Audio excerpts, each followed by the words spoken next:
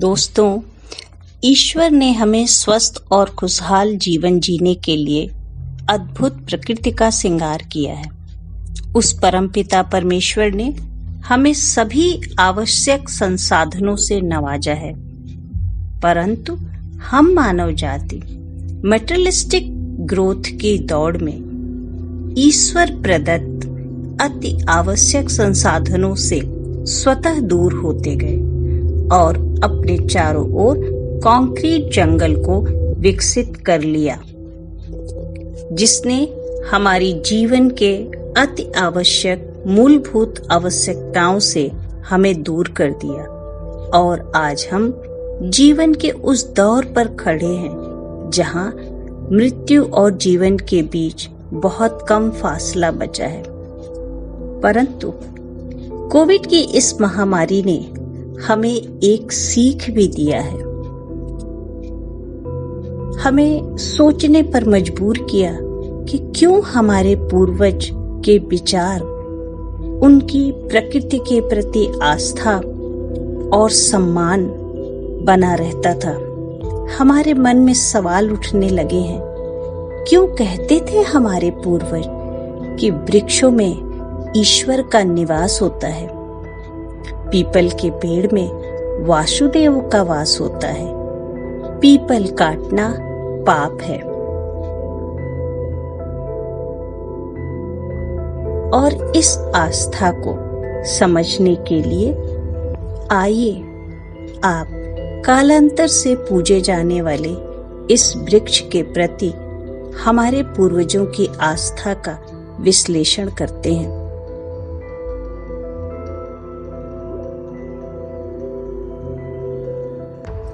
भारत में इस पेड़ का धार्मिक महत्व तो है ही, साथ ही आयुर्वेद में पीपल का वृक्ष स्वास्थ्य के लिए बहुत ही उपयोगी माना गया है।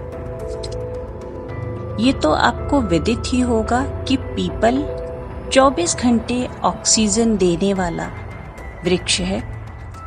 इसीलिए हमारे पूर्वजों ने हर गांव में पीपल या बरगद का पेड़ लगाने की परंपरा विकसित की थी, ताकि गांव का वातावरण स्वच्छ एवं विशुद्ध रहे और सभी को पर्याप्त मात्रा में ऑक्सीजन की प्राप्ति हो सके। इसके अलावा पीपल का वृक्ष स्वास्थ्य के लिए भी बहुत ही उपयोगी माना गया है। कई बीमारियों का उपचार इस पेड़ से हो जाता है, जैसे पीलिया, रतौंधी, मलेरिया, खांसी, दमा, सर्दी और सिर दर्द तथा गोनोरिया, डायरिया, पेचिस, नसों का दर्द और नसों में सूजन के साथ साथ झुर्रियों की समस्या से निजात पाने के लिए भी इस पेड़ का प्रयोग किया जाता है।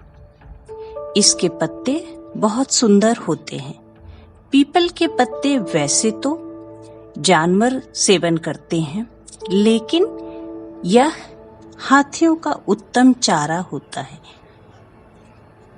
तो दोस्तों, आपने देखा कि ये पीपल का वृक्ष इसी कारण से कालांतर में पूजनीय माना जाता था कि हमारे जीवन के लिए ऑक्सीजन जो अति आवश्यक है वो इस वृक्ष के द्वारा निरंतर उपलब्ध रहती है। तो सचमुच पीपल का वृक्ष साक्षात ईश्वर का प्रतिरूप है। तो आइए क्यों ना हम इस वृक्ष की महत्ता को समझते हुए इसके आयुर्वेदिक गुणों के साथ इसको हर घर की शोभा बनाएं।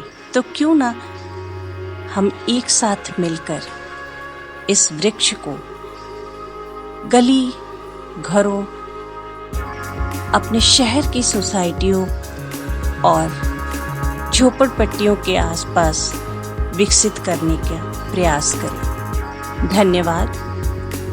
और इस प्रयास के लिए आपका सहयोग एक प्रयास के लिए वांछनीय है।